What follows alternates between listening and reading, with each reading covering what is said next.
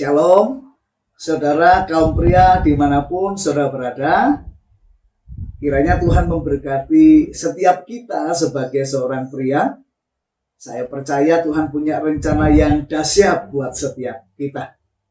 Saudara, sahabat pria maksimal yang saya kasih, saya Pastor Heru Johananta, dan kita berada di dalam program Menjadi Pria Maksimal. Biasanya saya ditemani dengan beberapa rekan, namun hari ini saya akan berbicara secara pribadi kepada saudara lewat pertemuan kita ini. Dan saya juga yakin Tuhan akan memberkati kita dengan pengertian-pengertian yang lebih baik lagi. Dan kemudian juga tentunya keputusan-keputusan yang lebih baik lagi untuk kehidupan para pria yang menjadi berkat. Amin, saudara sekalian. Saudaraku, di pertemuan kita yang lalu, kita sudah banyak berbincang-bincang tentang bagaimana para pria yang hidupnya tidak sesuai dengan panggilan Tuhan. Pria-pria yang hanya hebat membangun di luar rumah, di luar keluarganya, tetapi waktu pulang, dia tidak menjadi pria yang sungguh-sungguh memberkati seisi rumahnya. Ada pria-pria yang cuek, ada pria-pria yang bahkan mungkin terlalu otoriter dalam keluarganya. Ada pria yang mungkin juga tidak peduli dengan kebahagiaan istri dan anak-anak.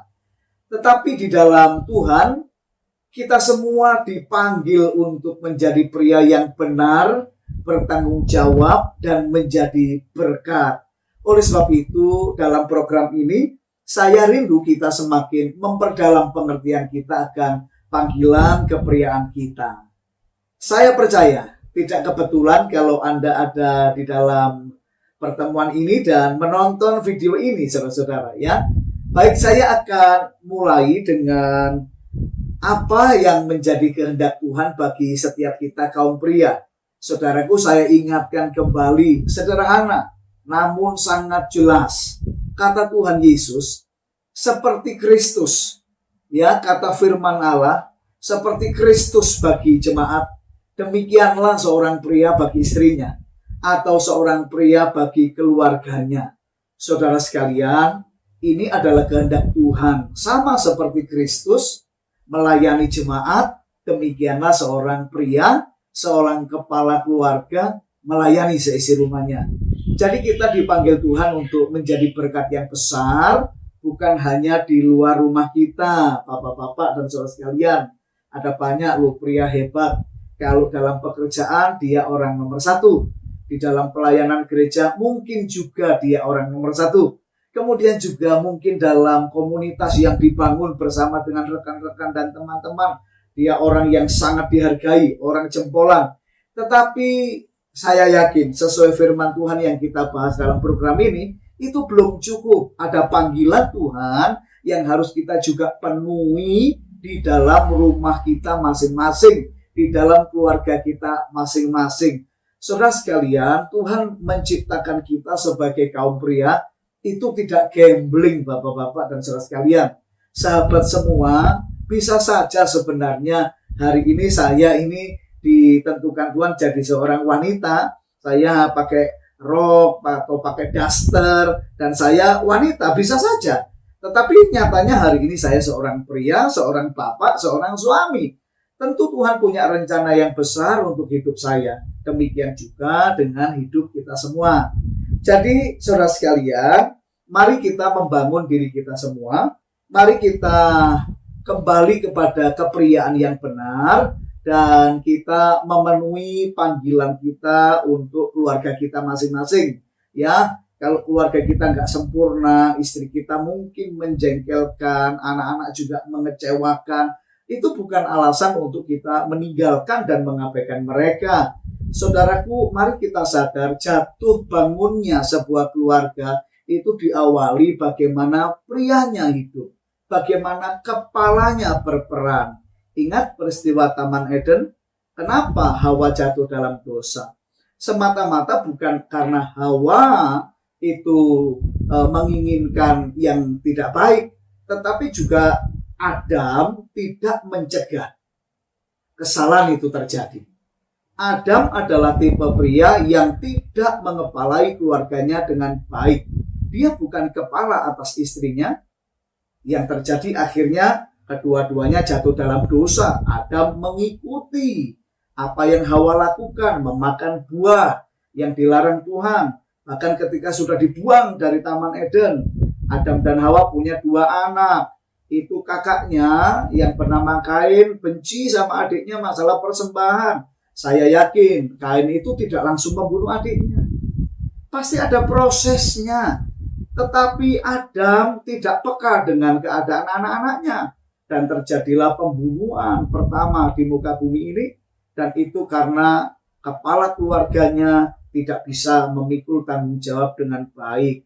Jadi kalau ada keluarga yang berantakan, saya mengajak kaum pria rendah hati, coba introspeksi diri. Mungkin peran kita belum baik. Mungkin peran dan fungsi kita belum jalan sesuai dengan kehendak Tuhan. Ada banyak alasan yang membuat pria itu tidak melayani keluarganya dengan baik. Ya, macam-macam saudara-saudara. Mungkin saja kita tidak tahu bahwa keluarga itu harus dilayani begitu rupa sebagai sebuah prioritas dalam hidup kita. Karena ada banyak pria-pria yang dibesarkan atau lahir di tengah keluarga yang ayahnya juga tidak melayani keluarganya. Yang penting cari uang, yang penting merasa bisa mencukupi, kemudian tentang kehadiran, tentang mendengarkan, tentang bagaimana bisa bersama-sama dengan keluarga itu menjadi nomor sekian. Barangkali kita tidak tahu atau kita tidak punya teladan di masa lalu kita. Mungkin ayah kita tidak memberikan teladan yang cukup sehingga kita tidak punya kemampuan untuk melayani istri dan anak-anak kita. Yang lain mungkin juga kita dijerat kesibukan bekerja ataupun juga hobi. Nah, ini juga bisa menjadi penyakitnya kaum pria ini, saudara sekalian ya. Hobi yang berlebihan. Saya pernah ketemu seorang pria hobinya bedil, saudara ya, atau nembak berburu celeng. Istrinya begitu pahit waktu ketemu saya. Istrinya konseling dan menceritakan betapa pahitnya hidupnya. Walaupun mereka keluarga kaya raya, suaminya punya hobi yang sangat mendominasi hidupnya, yaitu berburu. Bahkan istrinya hampir melahirkan saja. Dia udah janjian untuk berburu dengan teman-teman, dia tetap berangkat. Ya, pria kalau sudah diikat hobi bisa sangat salah dan tidak melayani keluarga dengan baik. Itu juga bisa terjadi. Atau mungkin juga pria yang dijerat dosa, ikatan-ikatan duniawi, kesenangan-kesenangan ya, ikatan-ikatan yang salah seperti perjudian. Zaman sekarang juga banyak orang main slot dan sebagainya. Saudara-saudara, banyak hal yang membuat pria tidak melayani keluarganya. Dalam program kita ini kita berjumpa untuk saling menguatkan, untuk saling mengingatkan supaya kelak anak-anak kita menjadi anak-anak yang hebat. Ya. Kemudian keturunan kita juga mungkin yang masih jauh akan menjadi orang-orang yang diberkati. Seperti Tuhan berjanji orang benar, kata Tuhan tidak pernah ditinggalkan dan anak cucunya tidak pernah minta-minta perkasa di muka bumi. Mari saudara-saudara kaum pria, kita akan sungguh-sungguh membangun bersama sehingga di akhir zaman ini kita memenuhi panggilan Tuhan dengan melayani keluarga kita masing-masing sehingga keluarga kita juga akan menjadi keluarga yang dipulihkan, diselamatkan dan diberkati Tuhan. Ya, izinkan saya membaca firman Tuhan kembali. Di dalam pertemuan kita yang lalu kita sudah membaca perumpamaan tentang pria yang berdalih, tapi saya akan melanjutkan sebab pada waktu kita berjumpa di bulan lalu belum selesai bagaimana caranya pria bisa berhenti menjadi seorang yang terus berdalih dari panggilan Tuhan ya. Lukas pasal yang ke-14, sahabat kaum pria dimanapun kita berada, kita perhatikan ya. Lukas 14, 16-21. Tetapi Yesus berkata kepadanya, ada seorang mengadakan perjamuan besar dan ia mengundang banyak orang. Menjelang perjamuan itu dimulai, ia menyuruh hambanya mengatakan kepada para undangan, marilah sebab segala sesuatu sudah siap. Tetapi mereka bersama-sama meminta maaf. Yang pertama berkata kepadanya, aku telah membeli ladang dan aku harus pergi melihatnya. aku minta dimaafkan. Ini yang pertama, saudara ya. Yang lain berkata, aku telah membeli 5 pasang lembu kebiri dan aku harus pergi mencobanya. Aku minta dimaafkan. Yang kedua juga tidak datang, berdalih. Yang ketiga, yang lain lagi berkata, aku baru kawin dan karena itu aku tidak dapat datang ya. Urusan-urusan pribadi, urusan pekerjaan, apapun jenis kesibukan bisa membuat kita berdalih ya dari undangan Tuhan, saudara-saudara ya. Maka kembalilah hamba itu dan menyampaikan semuanya itu kepada tuannya, lalu murkalah tuan rumah itu dan seterusnya. Saudaraku, ini adalah sebuah gambaran tentang undangan Tuhan untuk orang-orang itu masuk dalam kerajaannya, masuk dalam pemerintahan Allah, masuk di dalam berkat-berkat dan kemuliaan Tuhan, rancangan Tuhan. Nah, itu intinya. Tetapi ketika Tuhan sudah memilih orang-orang yang dianggap penting, orang-orang yang menurut Tuhan ya paling pantas, dalam perumpamaan ini mereka tidak datang. Dan pada waktu saya memulai pelayanan kaum pria, dan saya sudah mulai sungguh-sungguh mengasihi melayani keluarga saya, saudara, firman ini bicara dengan begitu tajam di hati saya. Banyak orang, banyak pria tidak memenuhi undangan Tuhan untuk melayani keluarganya. Saudara ingat bahwa kerajaan Allah bukan hanya di luar rumah, bukan cuma ada di kantor saudara, bukan hanya cuma di gereja tempat saudara melayani Tuhan, ya, atau melayani jemaat, bukan hanya juga di komunitas yang saudara bisa banggakan dan berbangga diri, tidak. Saudaraku ingat bahwa harta terbaik yang Tuhan beri buat kita semua adalah keluarga kita masing-masing. Tetapi banyak orang hanya hebat di luar rumah, tapi waktu pulang menjadi pria yang tidak sungguh-sungguh punya pelayanan buat keluarganya. Pria yang barangkali pulang hanya untuk tidur, istirahat, tidak mau diganggu, ya, dan sebagainya. Dan itu adalah saya sebelum saya dipulihkan Tuhan, sebelum saya mengerti tentang panggilan Tuhan untuk saya bagi keluarga saya. Saya menjadi pendeta yang sangat baik untuk jemaat. Ditelepon kapanpun, dimintain datang, dimintain doa, disuruh mendengarkan keluh kesah mereka. Oh, saya punya hati dan vitalitas untuk itu. Tetapi kadang sepulang pelayanan yang saya bawa pulang adalah cuma kelelahan saya, tidak mau diganggu. Kemudian saya hanya menuntut kepada istri saya, anak-anak saya untuk rapi, untuk gak boleh ini dan itu, yang harus dilakukan harusnya begini begitu. Dan saya hanya memberikan beban saja kepada pasangan hidup saya dan juga anak-anak saya. Dan ternyata Tuhan tidak mau itu terjadi dalam kehidupan seorang pria, apalagi kita yang mengasihi Tuhan. Dan Tuhan kemudian menjamah hati saya, membuka pikiran saya tentang pelayanan seorang pria yang benar. Seperti Kristus bagi jemaat, demikianlah pria bagi seisi rumahnya. Saya bertobat, saudara. Saya sungguh-sungguh minta ampun. Saya kemudian memperbaiki semua pola berpikir saya, keputusan saya, dan langkah-langkah hidup saya terhadap keluarga saya sendiri. Tuhan ingatkan kepada saya bahwa jemaat yang dilayani bisa berganti, rekan pelayanan, rekan kerja bisa berganti, sahabat pun bisa berganti karena situasi tertentu. Tetapi istri dan anak-anak, mereka adalah bagian inti dalam hidup kita. Kan tidak mungkin diganti-ganti, saudara-saudara.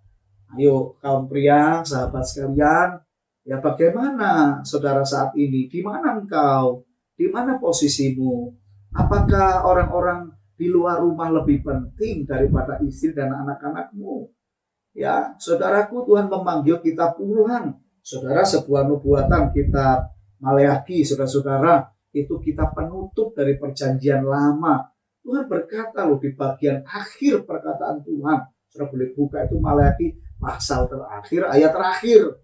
Tuhan berkata, di zaman akhir, hari-hari terakhir, aku mengutus roh Elia untuk membuat hati Bapak kembali ke anak-anak. Loh, hati Bapak duluan loh. Hati kaum pria duluan. Pemulihan itu Tuhan ingin kaum pria lakukan duluan. Jadi teladan, jadi contoh. Dan Tuhan akan mulai memberkati. Tuhan juga menjamah istri, menjamah anak-anak, sehingga nanti akan tergenapi hati anak-anak yang dulunya udah gak percaya sama papanya, yang anaknya hatinya sudah jauh dari bapaknya. Satu kali karena melihat bapaknya sudah diubahkan Tuhan, dia kemudian kembali kepada bapaknya. Kaum pria dimanapun berada, sahabat sekalian, mari kita sungguh-sungguh mengambil bagian pelayanan kita.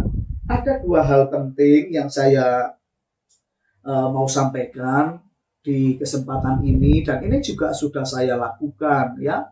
Saya sekarang punya 4 orang anak, saudara-saudara, 3 sudah kuliah dan 1 masih sekolah dasar. 3 anak saya yang besar semua melayani Tuhan tanpa paksaan, karena melihat bapaknya ini bertobat.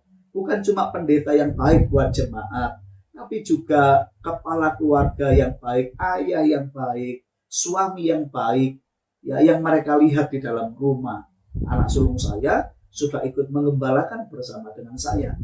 Anak nomor 2 sedang kuliah di sekolah pendeta di Bandung, dan anak yang ketiga juga sekarang akan masuk kuliah. Semua melayani Tuhan bersama dengan kami. Ya, oleh sebab itu, kalau pria bertobat, kalau pria dipulihkan, seisi rumahnya akan dipulihkan. Amin, saudara-saudara. Saudaraku, ada 2 hal ya, singkat saja ya. Bagaimana kita bisa menjadi pria yang benar dan berhenti berdalih dari semua kesalahan kita. Ya, kita berhenti berdalih dari kebiasaan tidak mau melayani keluarga kita. Yang pertama, saudara-saudara, kita perlu menyadari panggilan kepriaan kita. Panggilan kepriaan kita tidak hanya berbicara tentang kita di kantor, kita di gereja, kita di tengah jemaat, kita di tengah umat Tuhan, atau di tengah komunitas yang kita banggakan, dan kita bisa juga menjadi orang kebanggaan buat orang lain. Tetapi kepriaan kita itu juga khususnya bicara tentang kita harus mengasihi istri dan anak-anak, melayani mereka, menjaga mereka, ya, memastikan mereka baik-baik keadaannya. Kita menuntun mereka sesuai rencana Tuhan. Kita kepala atas mereka. Sahabat pria maksimal yang saya kasihi, jadi kalau kita mau berhenti menjadi pria berdalih, ayo sama-sama sadar.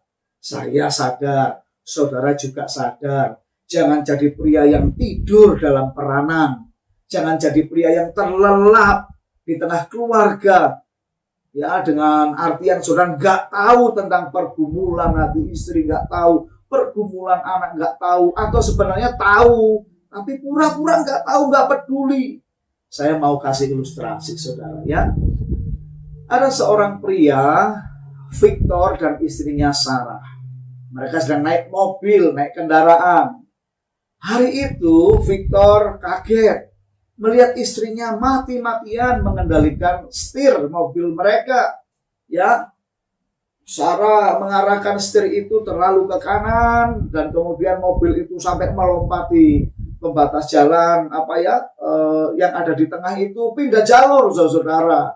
Dan kemudian dari arah depan sana ada mobil yang datang, tentu saja panik semua, klakson-klakson yang dari arah depan, dan Sarah membanting setir ke kiri, naik lagi dan masuk ke jalur mereka. Dan karena terlalu panik dan mereka terlalu ke pinggir dan hampir menabrak pagar, dalam keadaan panik seperti itu, Victor berteriak, "Sarah, lepaskan Sarah, biar aku yang mengendalikan." Saudara, dan kemudian Victor ambil alih, dan kemudian mereka berhenti di pinggir jalan dalam keadaan sudah sangat panik. Kecelakaan hampir terjadi. Apa yang sebenarnya hari itu terjadi? Bukan salah Sarah, tetapi Victor, kepala keluarga itu, tertidur saat mengendarai mobil mereka. Dan karena Victor tertidur, maka kecelakaan nyaris tak terhindarkan. Sarah harus mengambil kendali untuk berusaha menyelamatkan itu. Dan sampai Victornya harus bangun lagi, dan baru mereka terlindungi. Saudara, ilustrasi ini menggambarkan betapa banyak pria-pria yang sedang tertidur dalam peran mereka. Tertidur berperan untuk istri, tertidur berperan untuk anak-anak, rumah tangga yang tak terjaga, rumah tangga yang tak didoakan, rumah tangga yang tidak diberkati. Semuanya berjalan begitu sulit, dan istri mati-matian mempertahankan supaya jangan kandas, supaya jangan hancur keluarga itu. keluarga itu menunggu bangunnya seorang pria dan berkata, biar aku yang kendalikan. Sahabat kaum pria, mungkin engkau adalah pria yang sedang terlelap dalam hidupmu. Engkau biarkan istrimu mati-matian berjuang. Ya, dalam segala hal, mungkin dalam hal berdoa, membesarkan anak-anak, mendidik mereka, memastikan mereka baik-baik saja. Ya, bahkan termasuk mungkin dalam hal finansial.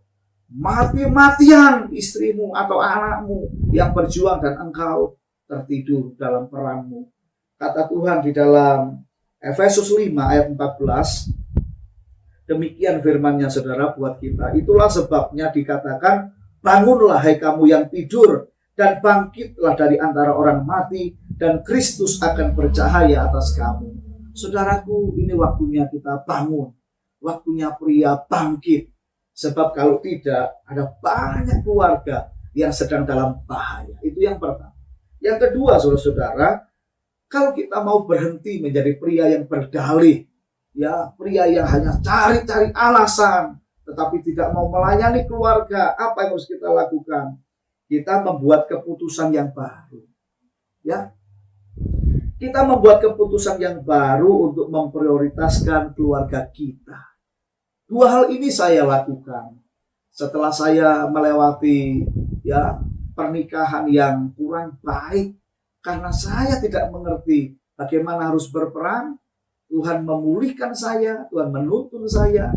Saya mengambil yang pertama keputusan untuk sadar dan bangkit. Yang kedua, saya kemudian memprioritaskan keluarga. Ayo kita semua buat keputusan hari ini, keputusan yang baru untuk kita mau melayani, memprioritaskan keluarga lebih dari pekerjaan di luar rumah, lebih dari pelayanan. Ya, sebab bahkan para pemimpin jemaat, gembala-gembala, majelis-majelis gereja, dikatakan firman Allah loh, kita harus menjadi kepala keluarga yang dihormati, disegani oleh anak-anak kita, dihormati istri kita. Kalau tidak bisa mengepalai keluarga kita, bagaimana mengepalai jemaat Tuhan? Ya, mungkin dalam bahasa gampangnya itu nanti kan jadi kemunafikan semata, saudara-saudara. Sahabat kaum pria, ayo kita ambil keputusan berubah. Prioritaskan keluarga kita, jangan yang lain. Dan saya akhiri dengan Amsal 11 ayat 29, saudara-saudara. Bagian A saja saya baca, Amsal 11 29. Siapa yang mengacaukan rumah tangganya akan menangkap angin. Siapa yang mengacaukan rumah tangganya atau membiarkan kacau keluarganya, hidupnya itu sia-sia saja, menangkap angin di hadapan Tuhan kosong, gak ada artinya. Saudara mau menjadi pria yang diberkati, yang berkenan, yang hebat di mata Tuhan, pulang kepada keluarga kita masing-masing.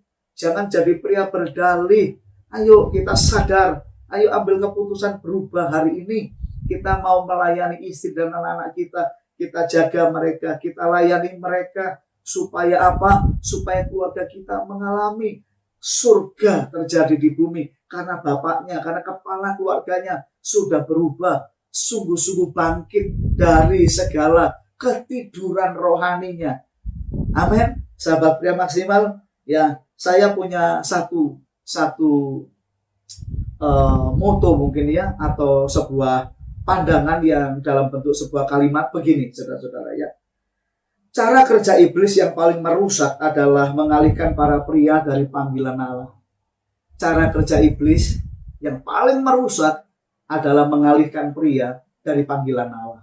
Kesibukan, hobi, dosa, ikatan duniawi, kesenangan, ya, keengganan, semuanya, ya, itu menjadi cara iblis mengalihkan kita dari panggilan Tuhan. Tapi sejak hari ini, saya berharap kita semua menjadi pria-pria yang maksimal, jangan mau dialihkan.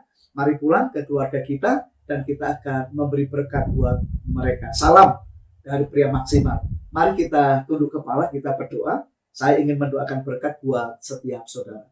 Bapa di surga, kami bersyukur Tuhan menciptakan kami sebagai seorang pria dan itu bukan kebetulan. Tuhan, ambil kembali hidup kami. Bawa kembali kami pulang Tuhan. Pulang dalam artian bisa mengasihi, melayani keluarga kami, memprioritaskan mereka, memberi yang terbaik buat mereka, bukan hanya menjadi pahlawan-pahlawan bagi orang lain di luar rumah. Tuhan ampuni apabila kami sedang bersalah, kami mengacaukan keluarga kami, membiarkan kacau keluarga kami. Ubah kami lewat pertemuan ini. Kami mungkin lemah dan tidak mampu, tapi Engkau Tuhan yang sanggup menuntun setiap pria untuk hidup sesuai dengan kehendak-Mu. Sama seperti Engkau bagi jemaat, demikianlah hidup kami bagi keluarga kami masing-masing. Dalam nama Tuhan Yesus kami sudah berdoa. Haleluya. Amin. Salam pria maksimal, saudara sekalian. Saya berdoa saudara selalu diberkati Tuhan. Sampai jumpa di program selanjutnya. Shalom.